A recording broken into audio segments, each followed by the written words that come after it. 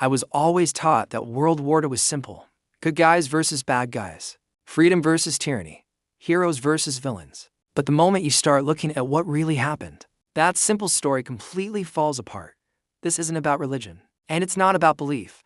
It's about money, power, and hypocrisy. Let's start with just one man, Henry Ford. Now, Henry Ford publicly called himself anti-war. He was against the United States entering the war. He said war destroyed nations and that it destroyed people. Those were his words. But now, let's talk about his actions. Henry Ford owned the Ford Motor Company. And Ford wasn't just an American company. It was a global industrial empire. One of Ford's largest foreign factories was in Germany.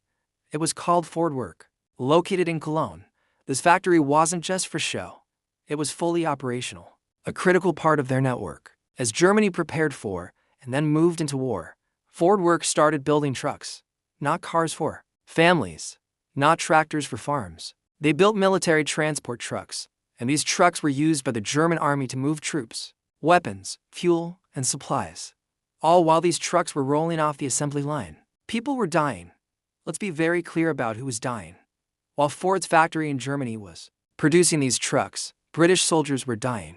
French soldiers were dying. Countless civilians were dying. These were America's future allies.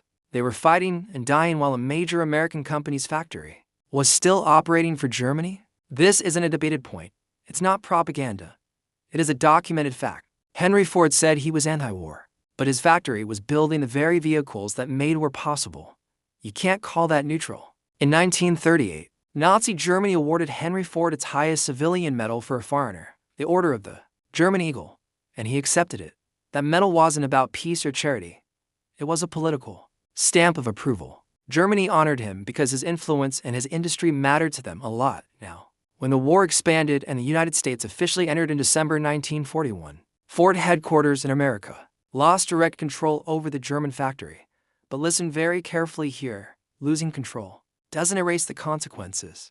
The factory didn't just disappear. The trucks didn't stop being used. Their engines didn't stop running. Those vehicles continued moving soldiers and material, and people continued to die because of it. This is the part of the story that people try to soften. They say, but Henry Ford opposed the war with his words. Yes, but his industrial footprint was still feeding one side of that war. This isn't a legal argument. It's a moral one. And then, after the war ended, something else happened.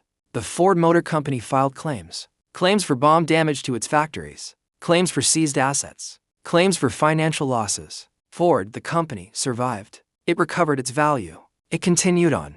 The people who died did not. This exposes a truth that makes a lot of people uncomfortable. Corporations don't die in wars, they outlast them. Governments fall, borders get redrawn, and soldiers are buried. But companies, they file paperwork and move on. So, the next time someone tells you Henry Ford was anti-war, ask them this simple question. If you're truly anti-war, why was your factory building trucks for one side while our allies were dying? Words don't stop trucks from being built. Speeches don't stop supply lines. Only action does. This doesn't mean Henry Ford personally pulled the trigger. It means you can't claim moral opposition to war while your business is materially supporting it. The two things just don't go together. This isn't really a story of good people and bad people. It's a story of how modern war actually works. War isn't just fought on battlefields anymore. It's fought in factories and contracts, and in boardrooms.